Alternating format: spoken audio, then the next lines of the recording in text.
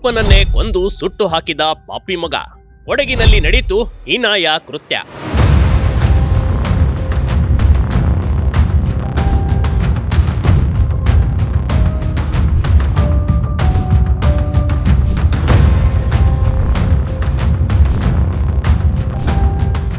ಜನ್ಮ ಕೊಟ್ಟ ಅಪ್ಪ ದೇವರು ಅಂತಾರೆ. ಆತನ ತೋಳದಲ್ಲಿ ದೊಡ್ಡವನಾದ ಮಗ ಇವತ್ತು ಆತನನ್ನೇ ಕೊಂದು ಹಾಕಿಬಿಡ್ತಾನಂದ್ರೆ ಇಂಥದೊಂದು ಘಟನೆ ಕೊಡಗು ಜಿಲ್ಲೆಯ ಕಟ್ಟಿಮಾಡು ಗ್ರಾಮದ ಹೊಸಕೆರೆಯಲ್ಲಿ ನಡೆದಿದೆ ಕಣ್ರಿ.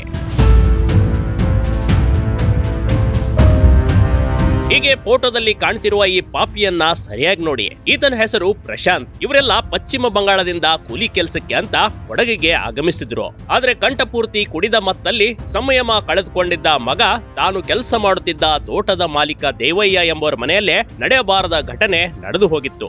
ಅಪ್ಪನ ಜೊತೆ ಗಲಾಟೆ ಮಾಡಿಕೊಂಡ ಮಗನು ತಂದೆ ಅಂತಾನೂ ನೋಡದೆ ಆತನನ್ನ ಮನಸೋ ಇಚ್ಛೆ ಕೊಂದು ಹಾಕಿದ್ದ.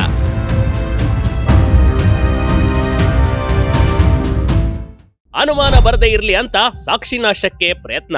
ತೋಟದ ಮಾಲೀಕ ಸೇರಿದಂತೆ 8 ಜನರ ಬಂಧನ. ಮಗನಿಂದ ಕೊಲೆಯಾದ ತಂದೆಯನ್ನ ತೋಟದ ಮಾಲೀಕ ಸೇರಿ ಸತ್ತವನನ್ನ ಸುಟ್ಟು ಹಾಕಿದ್ರು. ಇದಕ್ಕೆ 8 ಜನ ಕೂಲಿ ಕಾರ್ಮಿಕರು ಸಹಕಾರ ನೀಡಿದ್ರು.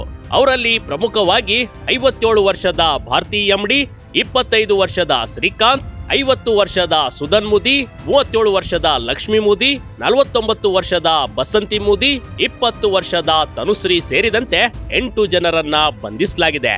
ಇವರೆಲ್ಲ ಸಾಕ್ಷಿನಾಶಕ್ಕೆ ಪ್ರಯತ್ನ ಪಟ್ಟಿದ್ದಾರೆಂದು ಪೊಲೀಸರು ತಿಳಿಸಿದ್ದಾರೆ.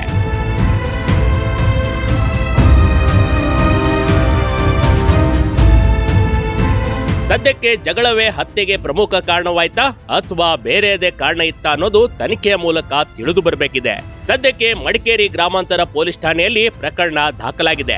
8 ಜನರನ್ನ ವಶಕ್ಕೆ ಪಡೆದ ಪೊಲೀಸರು ತನಿಖೆ ಮುಂದುವರಿಸಿದ್ದಾರೆ. ಇದನ್ನ ನೋಡಿದಾಗ ಇಂಥ ಪಾಪಿ ಮಕ್ಕಳು ಇದ್ರೆಷ್ಟು ಬಿಟ್ರೆಷ್ಟು ಅಲ್ವಾ. ತಂದೆ ಅಂತಾನೂ ನೋಡದೆ ಕೊಲೆ ಮಾಡುವ ಇಂಥವರಿಗೆ ಕಠಿಣಾದಿ ಕಠಿಣ ಶಿಕ್ಷೆ ಆಗಲಿ ಅನ್ನೋದು ಬಿಗ್ ಟಿವಿ ಕರ್ನಾಟಕದ ಒತ್ತಾಯ ಕೂಡ ಕಣ್ರಿ. Big TV Karnataka, Kodagu.